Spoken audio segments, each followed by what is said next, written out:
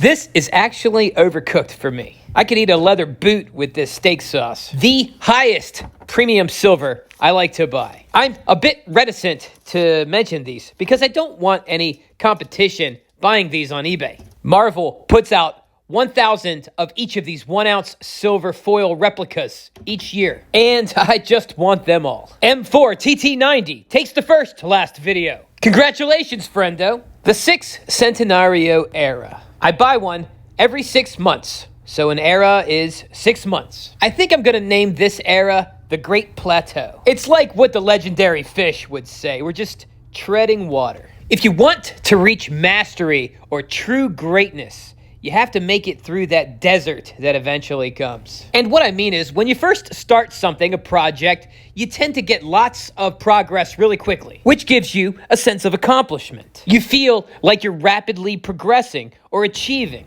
But then comes the drop-off, which will really test your mettle. I'll give you an example. Say you decide to get in shape. And if that's you right now, friendo, good for you. When you first start, you may lose a lot of water weight. You're feeling pretty good. The pounds are down. But then you get to that last little bit of belly that you need to get rid of. All of a sudden, it seems like no matter how much you run or how much you starve yourself, nothing is changing. That is the desert. And if you decide just to give in because you're not making any progress, well, it's the dessert.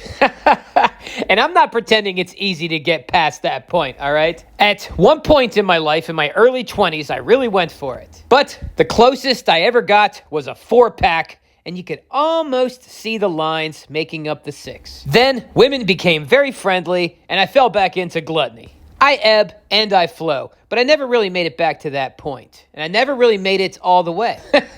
Yeah, I'm no success story, okay? I fancy myself a rather disciplined person, and I fail the desert challenge all the time. That's what's made me a bit of a Renaissance man. I used to think that was a good thing. I don't like it now. If you don't know, a Renaissance man is someone that's good at everything, but not a master at anything. All right, so what's this have to do with stacking? Well, right now, I don't know how things are for you, but I'll take a guess. I'm guessing things are a little tougher. I mean, things do cost more, things that we need to buy every day to survive. And I'll also take another shot in the dark that your pay hasn't gone up much. If it has, hats off to you, friendo. But for many, I'm guessing that's just not the case. And here in Stacker World, it's especially painful because we don't just seek to survive. We seek to thrive. We want gold coins. We want silver coins. Heck, some of us even want Bitcoins. And while it is nice seeing our asset values go up, it is making the trips to the LCS local coin shop a bit lackluster. And if things keep going the way they are, many of us may just become window shoppers. It's a cold winter day in 2025. You're just on the sidewalk looking from outside into your local coin shop, but you don't go in. You see your coin dealer that you used to joke with all the time, helping some rich people that can afford to still buy gold and silver. You can't quite make out what he's buying. You're so curious. What can he afford to buy right now? There's a bit of reflection on the glass, so you lean in and put your hand above your eyes to block the light and get a better view. What is he buying? You look up, you see an angry look on your coin dealer's face. He quickly comes to the front, opens the door, and yells at you. Get out of here, you bum. Get lost. Wow, how did things get like this? We were doing so well. These are those hard times that could be upon us. And maybe during those times you won't be a stranger to your coin dealer because maybe you'll be in there selling. Okay, before I get too depressing, all right? My point is, this is that desert period, and who knows how long it will last. But this should be something that we rejoice about, because although it may be painful or monotonous, which is worse than pain for me, I cannot stand monotony. At the same time, I do find a lot of comfort in routine. I'll have to try to make sense of that later. I don't have the brain power right now. I worked all day yesterday and went out walking late at night. But what I'm thinking is maybe we may actually get that crash we've been wanting and waiting for. Or maybe we won't. I don't know. Maybe the metals prices are not indicative of a crash. Maybe they're just an outlier. You know, if eggs lasted forever, I'd be investing in them.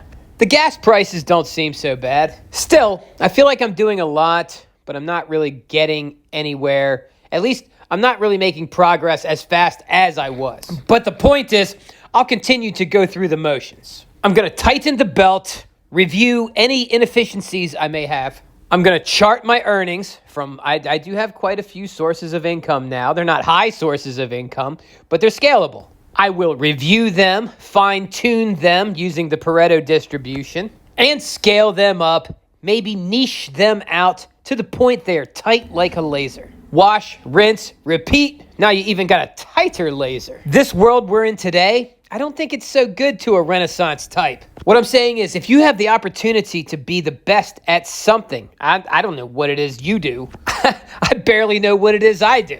And if you're good at lots of things, you may have to pick and choose. The word decision means to cut away from.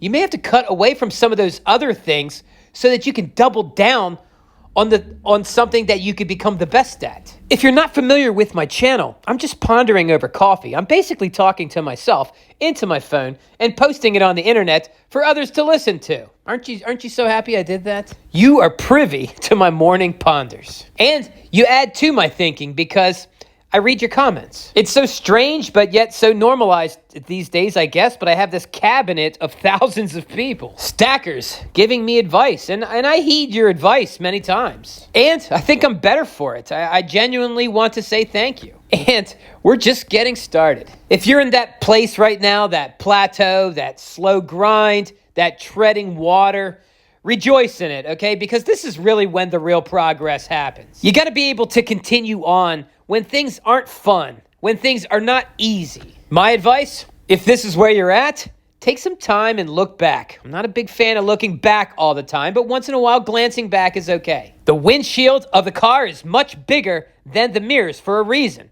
The mirrors are just for glancing back. So maybe take a glance and just see where you were.